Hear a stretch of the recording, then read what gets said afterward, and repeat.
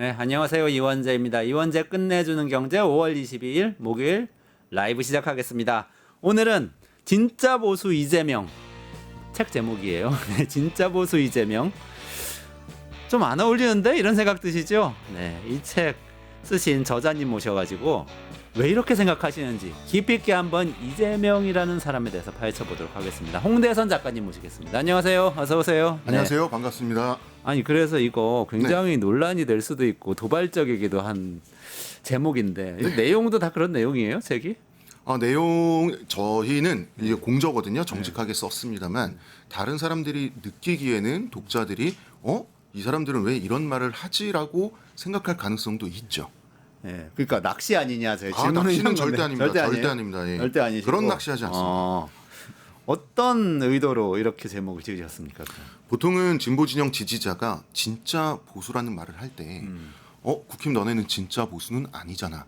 진짜 보수는 오히려 맞아요. 민주당 아니냐라는 말을 할 때 그 말 속에는 진심도 있지만 좀 못된 의도도 있죠. 뭐냐면 너네 보수 하지만 사실 진짜 보수도 못 되잖아.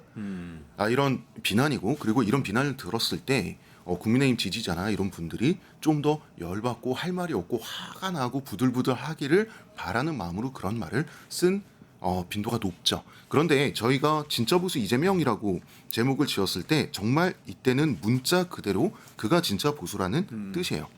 다만 여기서 보수는 한국적 보수를 뜻합니다. 그러니까 진짜 보수라고 쓰신 거는 네. 가짜 보수도 있다는 뜻인가요? 그럼 가짜 보수 아니고 진짜 보수 이런 뜻인가요? 아니면 이재명이 보수라는 말은 진짜다 이런 뜻이에요? 정말 그냥 진짜 이재명은 보수라는 뜻이에요. 이재명 보수다. 네. 한국적 보수다. 한국적 보수라는 전제하에 진짜 보수다. 서구적 보수에 대비되는 한국적 보수인가요? 그러면? 그렇습니다. 서구적 보수라고 하는 건 사실 우리가 정치 경제 교과서에서 우리가 이제 그 보수란 무엇이고 진보란 무엇이냐라고 했을 때 보수는 성장주의, 시장주의, 네네네, 그렇죠. 팽창주의, 그다음에 작은 정부, 네, 맞아요. 경찰 국가 이런 쪽으로 이제 하고 경제 전문가들은 뭐 신자유주의 뭐 이렇게 그렇습니다. 부르기도 그다음에 이제 진보라고 하면 성장 대신 분배, 하고. 네, 그렇죠. 뭐 이런 식이죠. 복지국가 얘기하고. 그다음 복지국가, 그다음에 적극적인 정부의 개입, 네네. 뭐 이런 걸 하는데 이거는 정말 어떻게 보면 프랑스, 영국, 미국과 같은 국가들에서 처음 진보 보수 개념이 나왔을 때 정말 이렇게 플랫한 그런 개념이고 한국은 외국의 열강들이 200년 동안 발전한 것을 우리는 정말 60년 만에 따라잡기 위해서 이 진보 보수의 그런 경계선이 사실은 무너졌어요. 그래서 한국 보수는 사실은 보수는 지키는 거라고 하지만 네. 글쎄 모르겠습니다. 국가 정체성을 지키는 거일 수는 있지만 우리나라 보수는 구조를 지켜본 적이 없어요. 진짜 보수는 정말 우리나라의 보수주의자들이 정말 우리나라 보수에 어떻게 보면 정말 신적으로 추앙하는 두 사람이 있습니다. 대표적으로 이승만과 박정희겠죠. 그렇죠. 맞아요. 이 사람들은 구조의 파괴자들이에요. 구조의 그렇게 할 파괴자들이에요. 수가 있구나. 기존의 구조를 파괴하고 새로운 구조를 도입하고요. 네. 그래서 언제나 굉장히 저항적이고 아니 이승만과 아방가르드예요. 박정희가 뭘 파괴했죠? 자, 원래 이승만이 처음에 우리나라 초대 대통령이 됐을 때 조선시대 후반부터 시작해서 일제강점기 때에 더 고착화되고 그 다음에 해방 이후에도 그대로 있었던 이 조선의 대한민국의 경제 구조라고 하는 것은 소수의 기득권이 다수의 그 피지배층을 착취하는 구조로 이루어져 있었어요. 네. 해방 직후에 대략 80% 정도의 국민이 농민이었어요. 그리고 그 중에서 그 농민 중에 85.8%가 지주에게 착취당하는 소장농이었습니다. 즉 전 국민의 70%가 노골적으로 기득권에게 착취당하는 경제 구조를 갖고 있었어요. 네. 이승만은 그러니까 전체 인구의 70%가 소장농이었다 이 말씀이시잖아요. 그렇죠. 전체 인구의 7명이. 네, 전체 인구의 70%가 노골적인 피착취 계층이었어요. 네. 그냥 하층민도 아니라. 그런데 이걸 어떻게 했냐면 이승만은 물론 다른 국가들도 2차 세계대전이 끝나고 나서 대만, 일본 같은 국가들도 농지 개혁을 했습니다만 이승만 정권처럼 가장 급진적인 농지 개혁을 했고 급진적으로 성공한 국가는 대한민국밖에 없어요. 그리고 그 농지 개혁을 성공하기 위해서 이승만은 그 일민주의라고 하는 일종의 파시스트기도 했고 굉장히 어떻게 보면 타협이 불가능한 민족주의자. 정말 외국에선 파시스트로 분류가 되는 사람이거든요. 그런데 농지 개혁에 성공하기 위해서 사회주의자로 유명한 죽산 조봉암 선생을 기습적으로 농림부 장관에 앉히죠. 아, 그랬죠, 맞아. 예, 그랬어요. 그래서 조봉암 선생도 봉암은 사회주의자였는데. 그 바로 전날까지 자기가 농림부 장관이 될 거라고 상상을 못해요. 왜냐하면 이승만과 정치적 라이벌 정적 사이였거든요. 뭐 나중에는 결국 이승만이 조봉암을 죽이지 않습니까? 네. 그렇게 해서 가장 급진적인 이 농지 개혁이란 건 뭐냐면 소출의 30%를 5년간 납부하기만 하면 내가 경작하는 땅이 내 땅이 되는 거예요. 아, 소장농의 소장농은 땅을 갖고 있지 않고 경작은 하고 있는 사람이잖아요. 예. 근데 그걸 계속 경작하기만 하면 땅을 그냥 줘버리는. 그럼 지주한테 뺏어서 주는 거였나요? 그럼요. 어. 이런 겁니다. 지주한테 제가 보상을 해주지 않고. 지주한테 보상을 하지만 정말 휴지 조각 같은 보상이죠. 아. 그래서 제가 만약에 어떤 건물에 새들어서 식당을 하고 있는 자영업자라고 하면 매출의 30%를 5년간 납부하기만 하면 제가 장사를 하고 있는 식당 자리가 내 부동산이 되는 거예요. 아, 내 건물 내 네. 상가가 되는 예, 거죠. 전국적으로 그때부터는 임대료 안 내도 예, 되고. 그럼요. 전국적으로 이런 일이 일어났던 거예요. 아, 그래서 그래서 70%의 소장농이 다 다 자영농이 됐죠. 자영농이 자기 되고. 땅을 아, 가진. 지금의 소농 시스템이 그렇게. 그리고 만들어졌고. 조선시대 후반부터 일제강점기를 거쳐서 이어져 내려오던 경제적 기득권들 대부분을 차지하던 친일 지주들은 추풍낙엽처럼 몰락합니다. 자, 그러면은 우리 또 이재명 얘기를 해야 되기 때문에 네. 이승만은 그렇게 이 고착돼 있던 농지 소유 구조를 파괴했단 말이죠. 네. 보수지만 파괴하는 보수였어요. 박정희도 그랬다는 말씀이시죠? 박정희 물론이죠. 예, 박정희는 물론 그랬습니다. 왜냐하면 박정희는 사실 미국을 위시한 일본도 그렇고요. 자유진영에 우리보다 훨씬 힘이 강한 열강들은 우리에게 돈을 빌려주는 입장이었잖아요. 일단 한국이 중화학공업에 성공할 거라고 아무도 생각하지 못했어요. 네. 그리고 일본 같은 경우 미국과 달리 한국이 중화학공업에 성공하면 어떡하지라는 생각을 했어요. 아. 그래서 돈을 빌려주는데 자꾸 조건을 내다붙였죠. 조건을 내다붙여서 못하게 하는 걸 억지로 중화학공업에 도전해서 결국 성공하게 만든 게 박정희고요.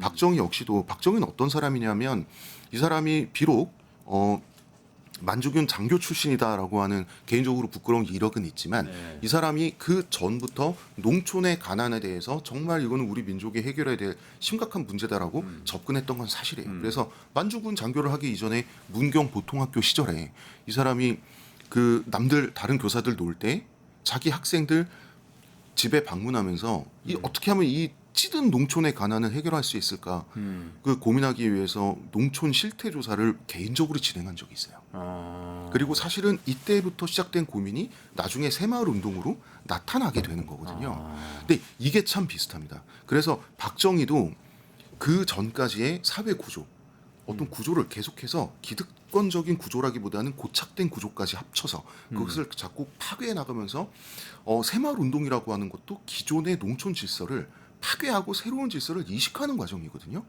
굉장히 거칠고 사납지만 아방가르드하기도 해요.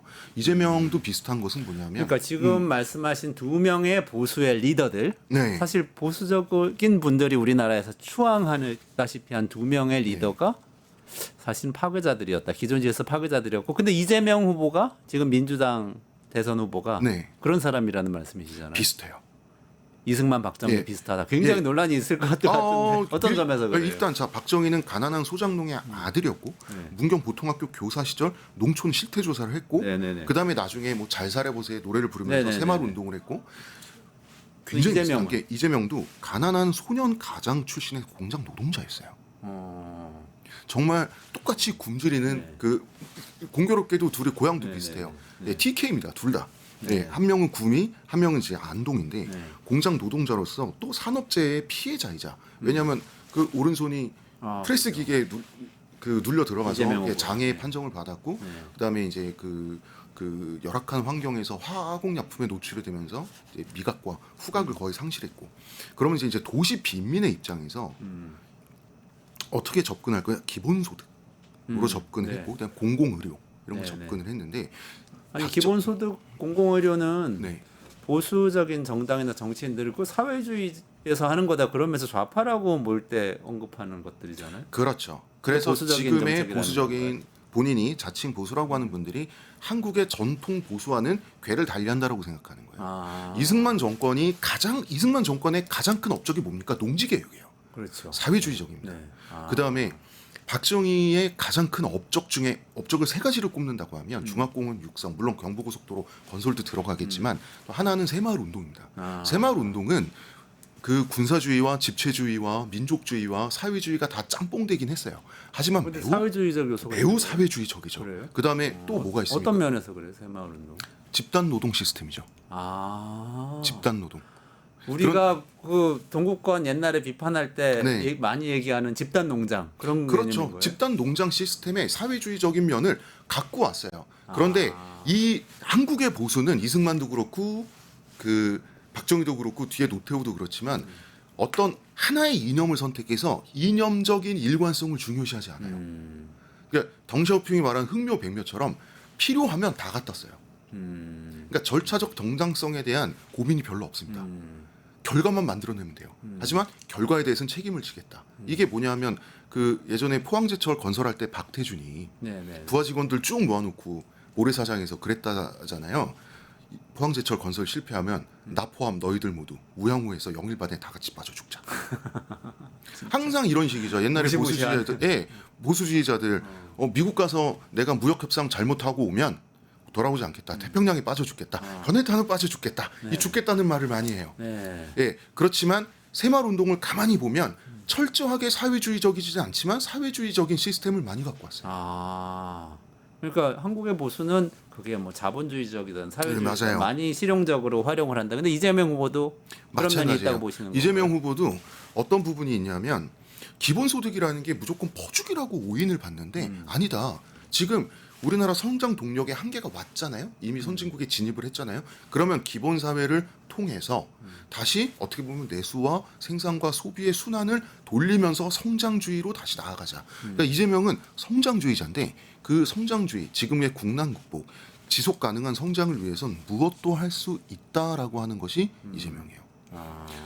가령 이런 겁니다. 사실은 아까 말씀드렸던 박정희의 가장 큰 업적 뭐 제가 세 가지로 말씀드려 두 가지만 말씀드렸는데 하나는 국민 의료보험이잖아요. 그렇죠. 예, 네네네. 우리나라가 세계에서 가장 훌륭한 국민 의료보험 시스템을 갖고 있다고 평가되잖아요. 네. 사회주의적인데도 불구하고 국민 의료보험이 성공한 게 아니라 매우 사회주의적이어서 자유진영 내에서 가장 성공하기도 했어요. 근데 이념에 휘둘리지 않아요. 한국의 정통 보수는. 그래서 그 사실은 이재명도 항상 시장의 팽창, 시장주의 이런 걸 얘기하면서도 공공의료 하나만큼은 우리나라가 확실하게 박정희처럼 밑에 안전망을 최소한 깔아두고 성장을 추구해야 된다는 얘기를 하거든요. 네네. 이런 부분이 굉장히 비슷하다는 거예요. 접근법도 비슷하고 성장 환경도 비슷해요. 그리고 왜 이런 고민을 하게 됐을까 해서 그 성장 과정과 이 고민의 과정을 추적하면 매우 공통점이 있다. 근데 지금 뭐 대선 국면이라서 더 심한데요. 네. 하여튼 뭐 정치적 반대자들은 이재명 후보에 대해서는 네. 계속해서 진보다 내지 좀 더 심하게는 사실 좌파다 사회주의자다 이런 얘기를 지속적으로 해왔다고 보여져요. 네. 그 이유는 뭘까요? 이 사람을 사실은 보수 진영에서도 이 사람을 잘 이해를 못했지만 사실은 민주 진영에서도 이재명이라는 사람을 잘 이해하지 못했어요. 그래요. 왜냐하면 너무 동떨어진 삶을 살았어요. 자, 생각해 보세요. 그 집안이 너무 가난해서 이재명 공장 노동을 하면서 중학교 검정고시로 패스했어요. 네. 그 다음에 고등학교 검정고시로 졸업했어요. 그리고 서울대 갈 성적을 거뒀지만 역시 집안이 너무 가난해서 전액 장학금을 주는 중앙대 법대를 다녔는데 장학금 때문에 중국에 또 갔죠. 사실은 일하면서 돈 벌면서 공부하면서 사시 공부하면서 다녔기 때문에 어떤 대학교 문화라든지 학생 운동이라든지 하는 것과 완전히 동떨어진 삶을 지냈어요. 사실 이재명은 생물학적 나이로 따지면 사실은 전형적인 386이에요. 그렇죠. 네. 그런데 운동권 세대. 예, 그런데 정치인들은 많은. 이 사람이 실제 살아온 삶을 따지면 전형적인 산업화 세대예요. 산업화 세대라고 학생- 하면 농촌에서 올라와 가지고 이렇게 농촌에서 가난한- 가난한 시골 농촌에서 태어나서 사실은 농촌도 아니고 더 가난한 산촌에서 태어났죠. 네. 네. 그 다음에 온 가족이 이촌 향도를 합니다. 이촌 향도를 어디서 하냐면 그럴듯한 집으로 하는 게 아니라 성남의 빈민가의 판잣집에 이촌 향도를 합니다. 그렇죠. 그리고 옛날에 어떤 산업화 세대 어르신들이 눈물을 흘리면서 우리 6남매를 키우신 어머니 이런 얘기를 할 때 얼마나 굶주리면서 힘들게 일하는 10대 보냈는지를 얘기하잖아요. 네. 똑같이 그런 10대를 보냈어요. 아, 그러네요. 그러고 보니까 586 세대는 어떻게 보면은 그 다음 세대 같은 느낌이에요. 그렇죠? 맞아요. 그 집안에서 한 명은 그래도 애지중지 일 시키지 말고 예. 좋은 대학 보내가지고 우리 뭐 법관을 만들든지 공무원을 만들어 보자. 네. 그러면서 이제 돈 다 속팔아서 이 대학 그렇죠. 보내고. 근데 이재명은 너무 집안이 가난해서 스스로 공부할 수밖에 없었지만 비슷한 게 이 중앙대에 가서 이제 중앙대가 사실은 그때는 지금 같은 위상이 없었는데 그 공부 잘하는 학생들을 유치를 하면서 이재명에게는 월 20만 원의 지원금을 주겠다 그랬어요. 그렇죠. 장학금 외에. 근데 그때는 중앙대가 지금 같은 근데 그때까지 아주 명문은 이재명이 아니었던 상황. 하루에 열 몇 시간씩 공장 노동을 하면서 벌었던 돈이 월급 8만 원이었거든요. 네. 근데 그 20만 원을 받으면 와. 거의 3인분 어치의 월급이잖아요. 그러네요. 그래서 그 돈으로 자기 형들을 또 대학 졸업을 시켜요. 아. 공부를 시켜서. 소년 가장이었군요. 그렇죠. 진짜 소년 가장이었는데 그러니까 이 경험이 사실은 정치인들 중에 산업화 세대 출신 정치인들 그리고 산업화 세대 출신인 유권자들의 어떤 그 산업화 세대 자수성가 로망스 그다음에 산업화 시대의 대한민국 성공 로망스에 해당하는 거의 유일한 지금 대선 후보가 이재명이지 오히려 전혀 386과는 달라요. 아니 그런 스토리 예전에 많이 써먹으셨던 분이 정주영 회장 이런 분이 있는데 그 책도 그렇죠. 많이 나오고 예, 그것과 대선 비슷해요. 나와서도 뭐 그런 얘기 그리고 많이 했고. 특이한 것은 공장에서 블루칼라 육체 노동자로서의 그 산업화 시대 성장의 어떤 그것도 함양이 됐지만 이재명 또 후보가. 변호사가 되면서 와이셔츠와 넥타이를 맨 또 그렇죠. 화이트 칼라로서의 경험도 같이 했어요. 그러네요. 그렇기 때문에 사실은 이분은 이런 거예요. 비록 본인이 공장에서 학대를 당하면서 너무나 힘들게 고생을 하면서 돈을 벌었지만 자 공장이 있었기 때문에 본인이 가족을 부양할 수 있었죠. 이런 차원에서 성장주의를 어떻게 보면 다른 보수주의자들과 같이 성장주의를 체감하면서 자랄 수밖에 없었던 기억이 있는 거죠. 그러니까 이재명 후보가 생각해 보니까 예전부터 저는 정책 연구를 하기 때문에 관찰을 해보면 기본소득 얘기하고 지역화폐 얘기하고 뭐 억강부역 얘기하고 하면서도 이렇게 하면은 우리 다 잘 살게 됩니다. 이 네. 얘기를 꼭 했었어요. 맞아요. 그 항상 지속 가능한 성장 얘기를 하거든요. 그 재밌는 것은 이분이 산업화 30년, 민주화 30년, 이제는 기본소득 30년이다라고 하는데 이 산업화 30년은 어떻게 보면 박정희, 전두환의 30년일 수도 있잖아요. 이 시대의 성과에 대해서 꾸준히 인정해 왔어요. 이재명은 오히려 지난 몇 년 동안 박정희 시대의 성과에 대해서 꾸준히 인정해 왔거든요.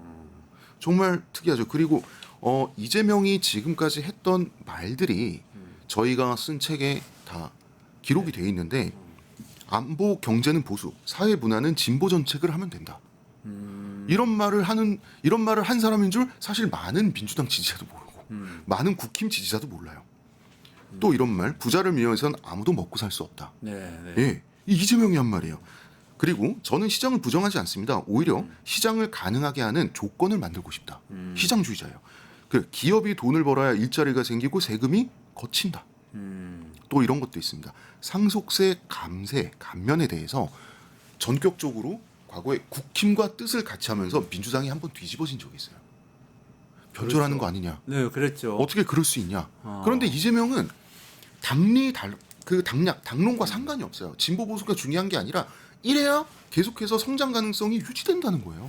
아니 그 상속세 얘기하고 그런 것들 때문에 사실은 우클릭 논란이 민주당하고 민주당뿐만 아니라 또 민주노동당도 지금 있으니까 진보적이라고 저분이 진보적이니까 내가 한번 지지해 볼까 하고 생각했던 많은 분들이 또 그거 가지고 비판을 많이 했죠. 우클릭한다 그러면서. 그 이재명의 딱 그 굉장히 본인이 정말 강력하게 생각하는 어떤 하나의 생각이 있어요.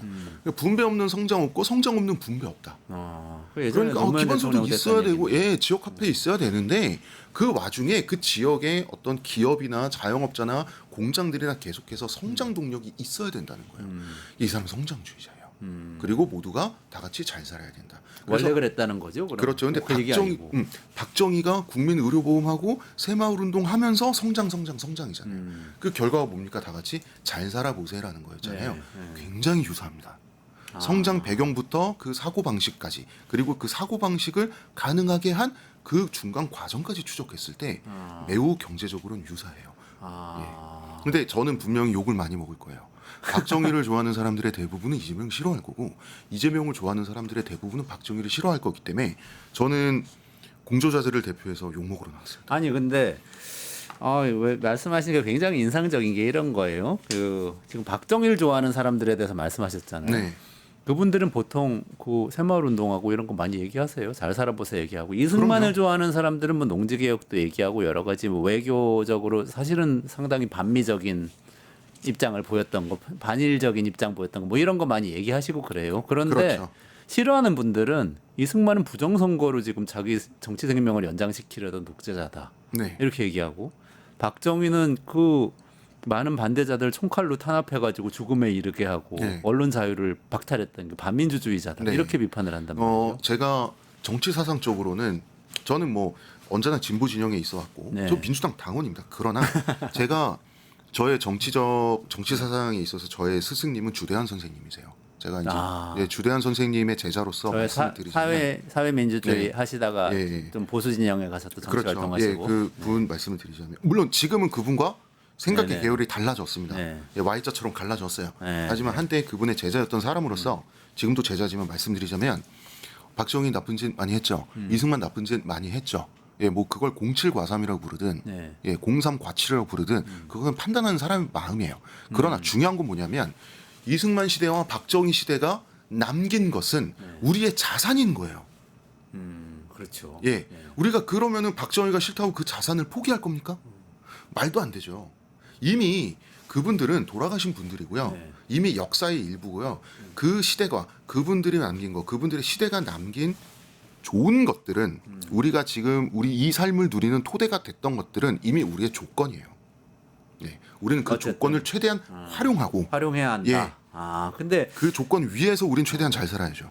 그러면 이제 이재명 후보가 이승만, 박정희를 계승하는 측면이 상당히 있고 네. 그 내용들은 뭐 농지개혁이라든지 새마을운동 같은 어떻게 보면은 사회주의적인 것 같아 보이지만 보수 정치인이 한국적인 맥락에선 잘 활용했던 그것들을 이재명이라는 사람도 실용적으로 잘 활용할 맞습니다. 수 있다. 뭐 맞습니다. 이런 것까지 이제 그러니까 알겠는데 구조를 바꾸려고 하잖아요. 구조를 바꾼다. 기본 사회를 만들어야 된다고 몇 년 전부터 얘기를 하고 있어요. 그럼 서구적인 보수들은 구조를 바꾸거나 이런 얘기를 잘 안 하나요? 그러기에는 서구 사회는 너무 오래전에 열강이 됐죠. 그러면 네, 1차 세계대전 서구의 이전에. 보수들은 지금 있는 대로 계속 하자는 그렇죠. 구조는 바꾸지 그렇죠. 말자. 이렇게. 그러니까 원래 기존의 서구적인 보수, 원래 보수의 원류와 한국에서 만약에 한국적 보수를 정말 보수라고 한다면 한국에서 보수라고 불리는 사람들의 기조는 원래 다르다는 거예요.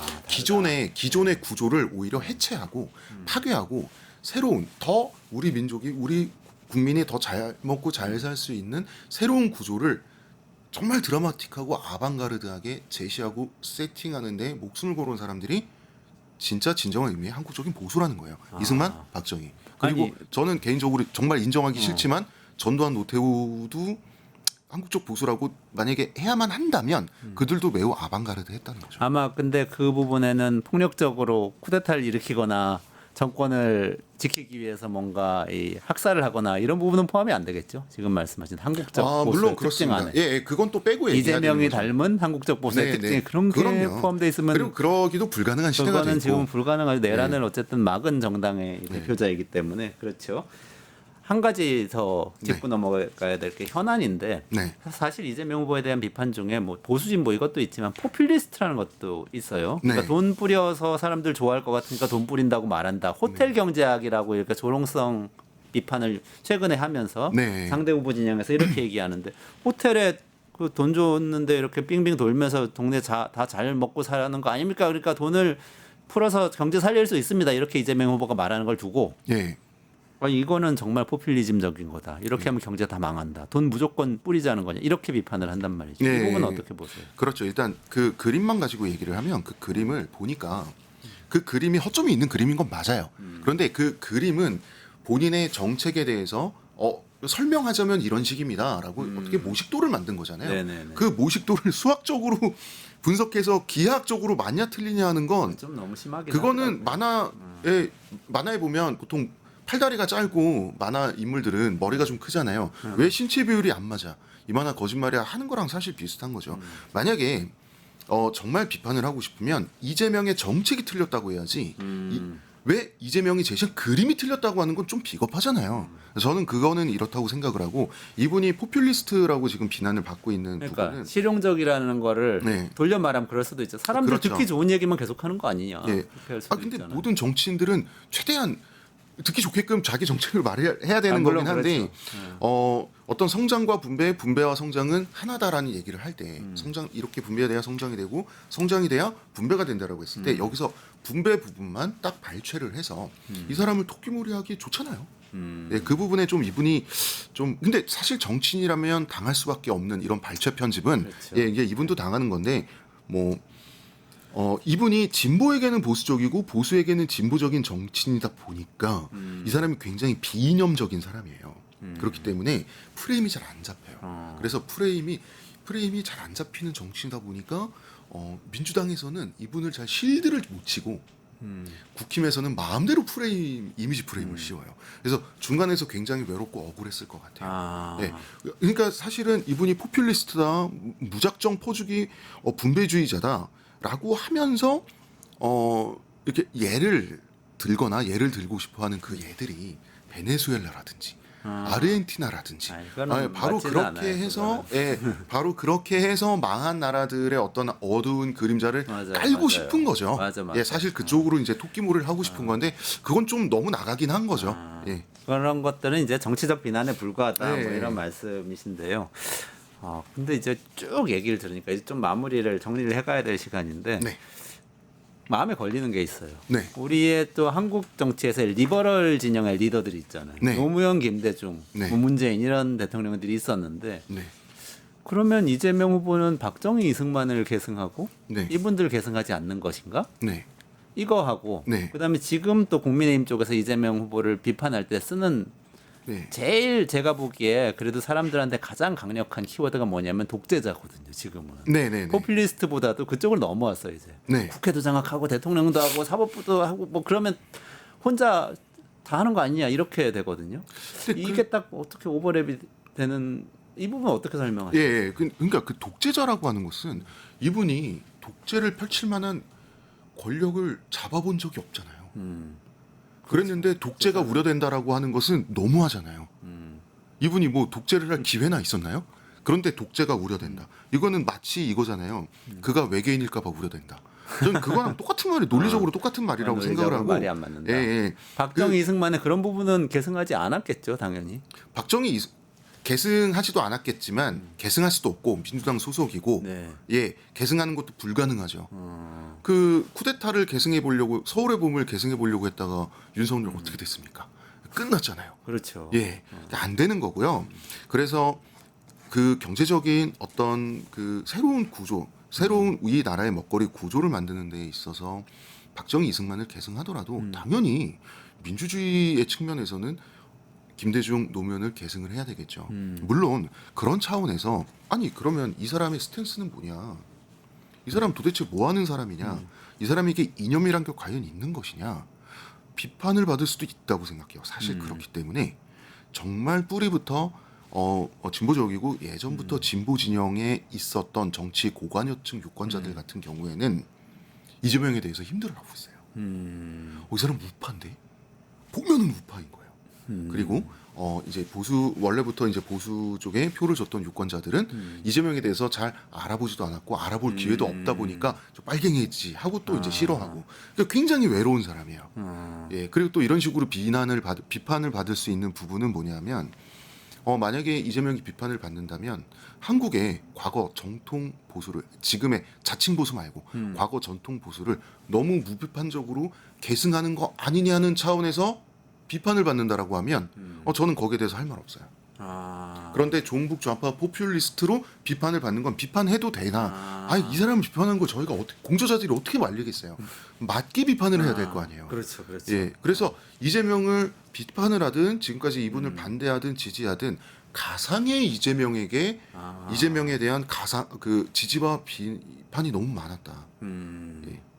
진짜 보수, 실용주의자 이재명 이걸 놓고 일단 비판을 하든지 예. 말든지 해야 지나친 된다. 비이념적인 어떻게 보면 사납고 거칠다라고도 할 수 있는 지나친 결과주의자로서 과연 이 세련된 정치를 해야 되는 21세기에 맞느냐 라고 비판받을 수 있겠죠. 그렇지만 또 지지를 받는다면 지금 이 국난 상황에서 산불 재건, 그 다음에 이 경제 재건, 이 자영업들이 몰락하고 있고 이 고립주의가 그 횡행하는 세계 속에서 언제 전쟁이 일어날지 모르고 언제 또다시 역병이 퍼질지 모르고 어떤 경제난이 어떤 형태로 올지 모르는 이 상황에서는 바로 이러한 비이념적인 무조건적인 결과주의자가 필요한 거 아니냐라는 이유로 지지받을 수도 있겠죠.